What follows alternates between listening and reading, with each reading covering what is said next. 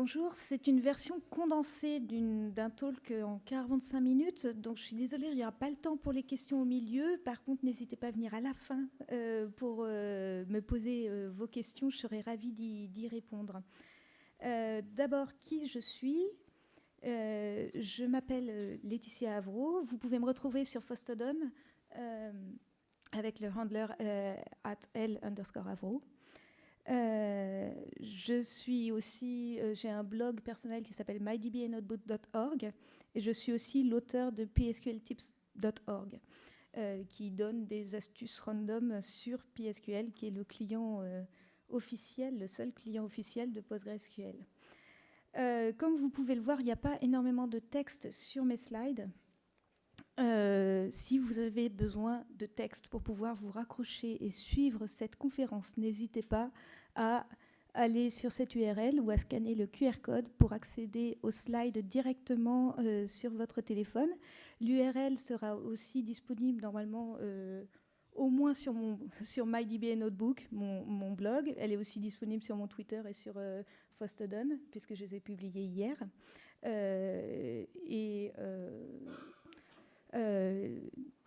Normalement, vous devriez facilement les retrouver. Donc, on va parler de Postgres et de containers. Alors, la première chose, c'est on va parler un petit peu du quoi. Alors, peut-être que certains d'entre vous savent déjà ce que c'est qu'une base de données. Peut-être que certains d'entre vous savent déjà ce que c'est qu'un conteneur. Peut-être même que certains d'entre vous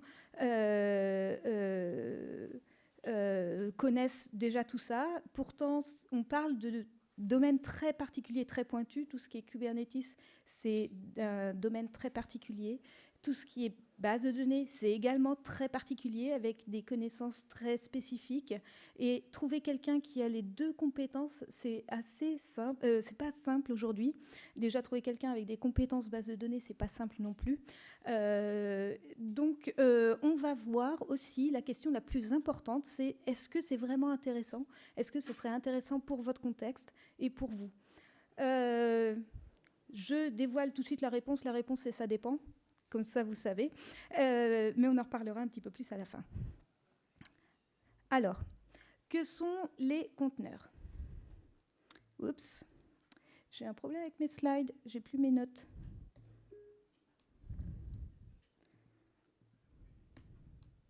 Ok, bah je vais faire sans mes notes. Les conteneurs sont à la fois des entités légères en ressources, on va dire. C'est aussi sécurisé. Ça encapsule toutes les librairies dont on pourrait avoir besoin et toutes les dépendances d'un projet. Et ça permet du coup d'envoyer facilement sur un autre ordinateur tout l'environnement nécessaire pour faire tourner un projet. Si vous avez déjà travaillé sur Perl ou sur Python, vous avez déjà passé au moins une journée à essayer de télécharger toutes les dépendances pour faire tourner un programme. Donc vous savez de quoi je parle. Il existe différentes technologies de conteneurs, le plus connu étant Docker, mais il en existe d'autres comme Podman, comme LXC, Linux Container, et ainsi de suite. Bien sûr, le leader du marché aujourd'hui, c'est Docker. Est-ce que c'est tout ? Est-ce que quand on veut mettre une base de données dans un conteneur, ça suffit ? Alors, non. Clairement, ça ne suffit pas. Il va falloir rajouter des briques. La première chose, c'est pourquoi est-ce qu'on va rajouter des briques ? Parce que quand on va vouloir mettre une base de données dans un conteneur, c'est pas juste pour faire joli, c'est pas juste pour répondre au chef qui a dit qu'il faut absolument mettre des conteneurs parce que c'est la mode. Le but de mettre Postgres dans un conteneur, c'est d'automatiser les choses. On sait que automatiser les choses, si on le fait qu'une fois, c'est pas très rentable. Cependant, il est très rare aujourd'hui d'avoir une entreprise avec une seule instance de base de données. Généralement, on est plus de l'ordre de 10, 20, 100, 1000, 5000, 10 000. Donc, c'est très bien d'avoir des conteneurs, mais il va falloir avoir un outil pour gérer tout ça. Et c'est là qu'arrive Kubernetes. Kubernetes, c'est un système open source qui va permettre d'orchestrer et d'automatiser tout le déploiement, le scaling et la gestion des conteneurs. C'est là où on va vraiment gagner en gagner en temps sur tout ce qui est lié à justement pouvoir mettre des choses dans les conteneurs. C'est avoir toute cette automatisation. Mais ça ne suffit pas. Pourquoi ? Parce que Kubernetes n'a aucune idée de ce que c'est qu'une base de données. Kubernetes, c'est un projet qui est là pour gérer, par exemple, un conteneur d'application web. Sauf qu'un conteneur d'application web, ce n'est pas du tout la même chose qu'une base de données relationnelle. Et du coup, on va rajouter quelque chose qui s'appelle un opérateur. Donc, pour ceux qui font de la base de données, c'est un peu comme les extensions qu'on peut rajouter sur du Postgres. C'est quelque chose qui va communiquer de manière standard avec Kubernetes et qui va pouvoir lui faire prendre des décisions en fonction des différentes métriques qu'il aura remontées. En poison, quelles sont ces décisions ? Donc d'abord, pourquoi est-ce que vous pourriez vouloir mettre Postgres dans un conteneur ? Alors, les tâches du DBA. Historiquement, les DBA ont été responsables d'énormément de choses. En plus de la gestion des licences pour certains vendeurs qui n'étaient pas très cool, on va dire qu'il y a aussi tout ce qui est installation, gestion de la politique de backup, gestion de la politique de haute disponibilité, tout ce qui est gestion de la production, tout ce qui est aider les développeurs à écrire des requêtes SQL, tout ce qui est... Enfin, les DBA font énormément de choses. Et il se trouve qu'en plus, les DBA souvent travaillent dans l'ombre, c'est-à-dire que j'ai l'exemple d'un ami DBA qui avait travaillé des week-ends entiers pour que le projet puisse se faire, et le PDG de l'entreprise a remercié tout le monde de ce projet, sauf lui. Il a même remercié les gens qui faisaient le ménage dans les toilettes, mais pas lui. Je ne parle pas d'une scène de The IT Crowd, c'est la réalité. Donc, juste, si vous pouviez, le premier vendredi de juillet, allez dire merci au DBA, parce que si vous ne l'avez pas vu de l'année, c'est qu'il fait un très bon travail. Donc c'est une journée, le premier vendredi de juillet, qui est en pendant avec le Sysadmin Day, qui est le dernier vendredi de juillet. Une journée où vous pouvez dire merci au DBA pour leur travail extraordinaire. Alors, ce que nous apporte Kubernetes, c'est donc les DBA, ils faisaient beaucoup de scripts avant pour pouvoir réutiliser quand même une partie du travail qu'ils faisaient. Le changement que nous apporte Kubernetes, c'est au lieu de scripter tout ce qu'on veut faire de manière impérative, c'est-à-dire lui dire tu vas aller chercher les packages ici, puis tu vas installer en utilisant ça, après tu vas créer la base de données, tu vas créer l'utilisateur, etc. On va passer sur de la configuration. On va dire je veux une base de données qui s'appelle comme ça. Je veux que tu installes Postgres version 13.6. Je veux que tu me crées un utilisateur qui s'appelle comme ça avec ce mot de passe, etc. Donc on va juste définir ce qu'on veut au lieu de lui dire comment le faire. Donc, ça va être quand même beaucoup plus simple pour un humain, normalement. Un humain normalement consulté. Je ne parle pas des développeurs, je parle des vrais humains. On va lui dire vraiment tout ce qu'on veut, et normalement, le travail de Kubernetes derrière, avec l'opérateur, c'est d'aller faire tout ce qu'on veut.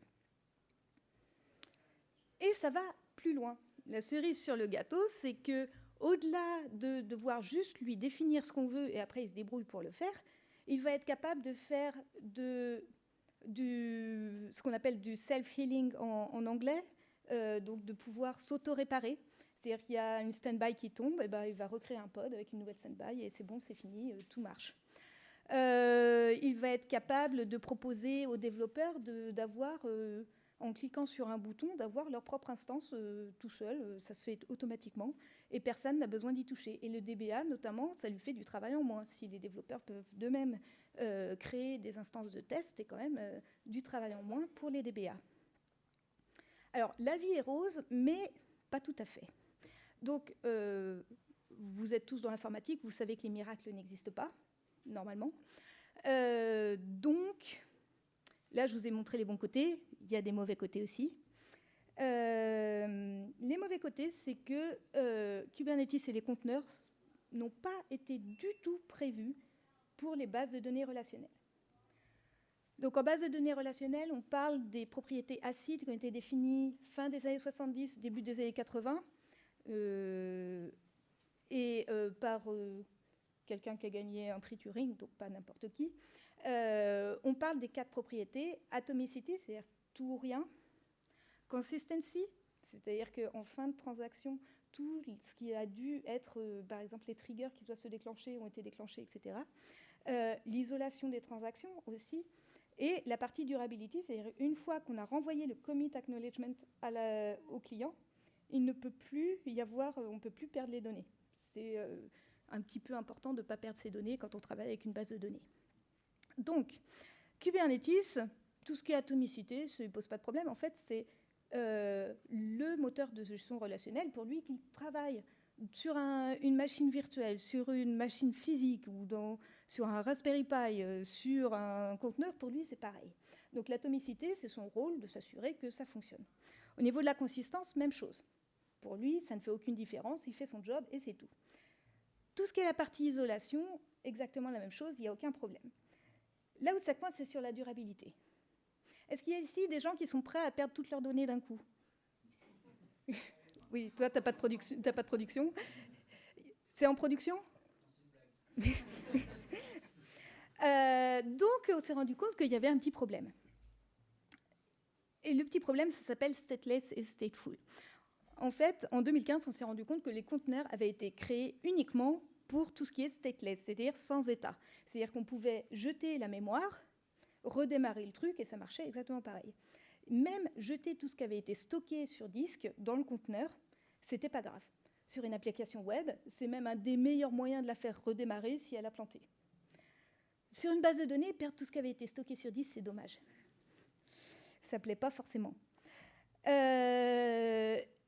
Et j'ai énormément de clients qui me disent « Ah non, non, Kubernetes, on a essayé, ça marche pas, on a perdu des données, plus jamais ».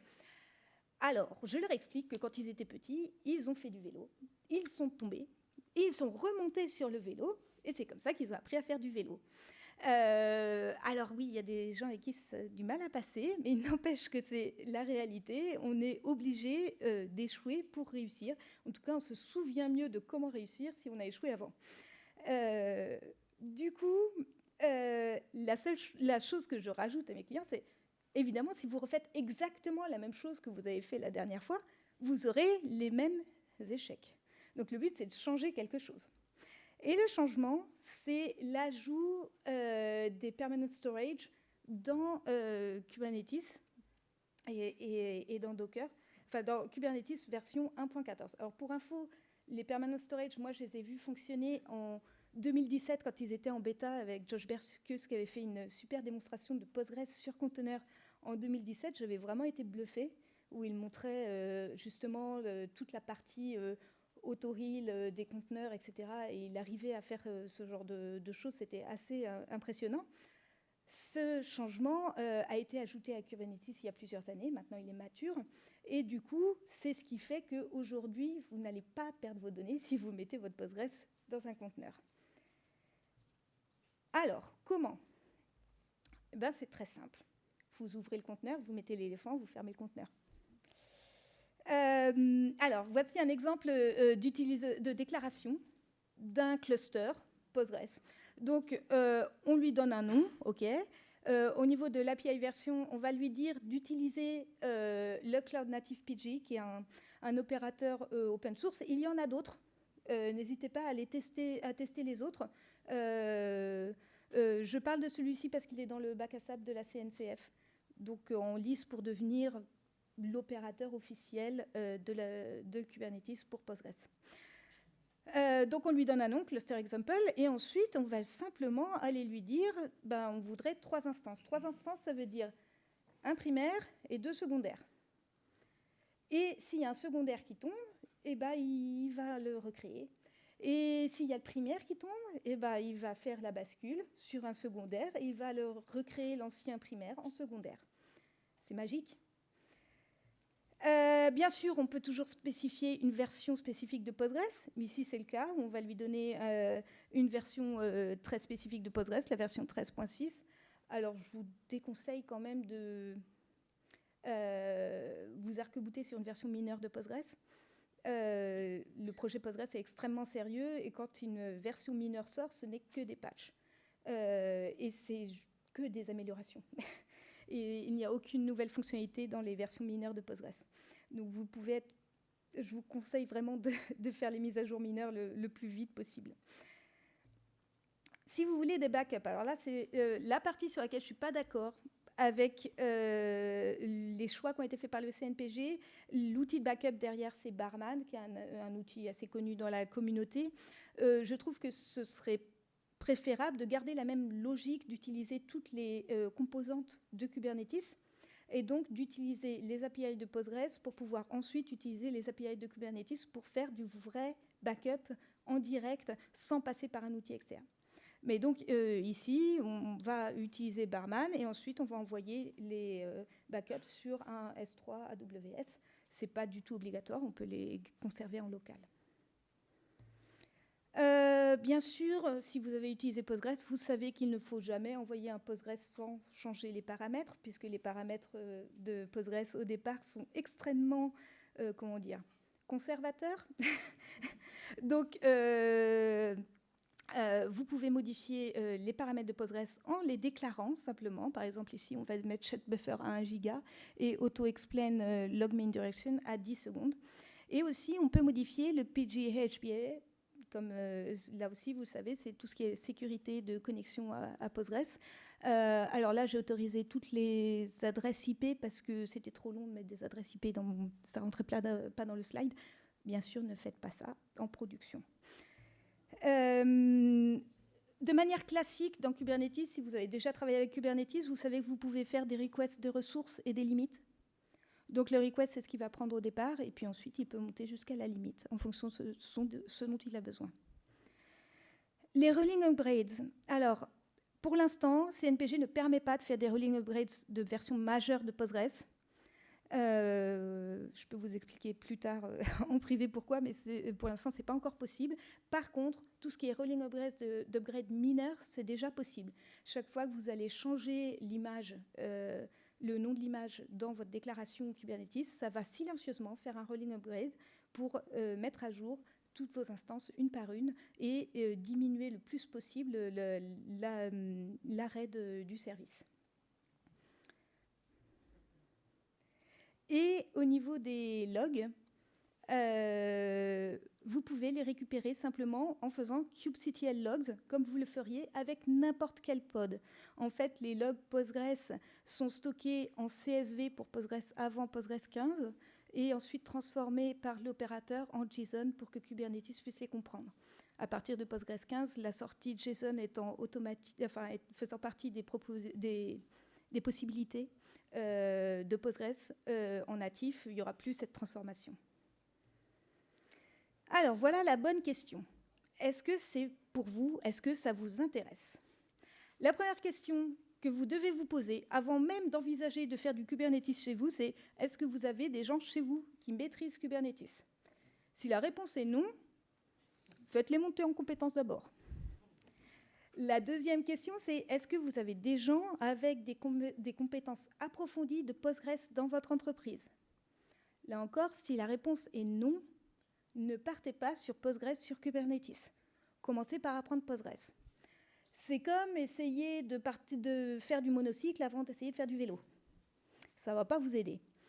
Et enfin, la dernière question, si vous avez des gens qui connaissent à la fois Postgres et Kubernetes et qui sont à l'aise, la dernière question que vous devez vous poser, c'est est-ce que c'est rentable? Est-ce qu'il y a suffisamment d'instances Postgres chez moi pour que ce soit rentable et que je puisse bénéficier de tout ce auto-healing, de tout ce auto-scaling, etc., juste par une définition de mes besoins.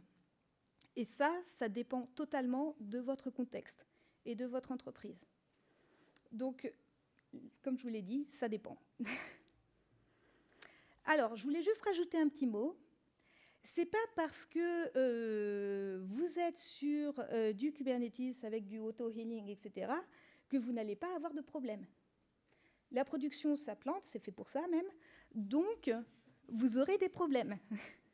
La deuxième chose, c'est que c'est pas parce que vous êtes parti sur Kubernetes que ça vous empêche de faire des data models corrects, que ça vous empêche d'écrire des requêtes SQL correctes, que ça vous empêche de monitorer correctement votre système. D'ailleurs, l'opérateur CNPG, dans la documentation, il y a des exemples où on utilise Prometheus qu'on met dans un autre pod pour faire du monitoring du cluster en même temps. Mais vraiment, ne pensez pas que ça va résoudre tous vos problèmes, ce n'est pas la panacée. Ça peut, dans certains cas, résoudre des problèmes, dans d'autres, ça peut vous en rajouter. Donc c'est vraiment quelque chose où vous devez vous poser les bonnes questions, vous devez y réfléchir, et le faire juste parce que le boss a dit que c'est la mode et il faut le faire, c'est pas du tout une bonne raison de le faire. Vous devez vraiment penser en termes de technique. Vous êtes des gens techniques et du coup, vous êtes là pour donner des conseils techniques aux décideurs. Après, si en dépit de vos conseils techniques, le décideur maintient cette version, vous êtes libre d'en tirer les conclusions qui s'imposent. Voilà, finalement, je suis pile dans les temps.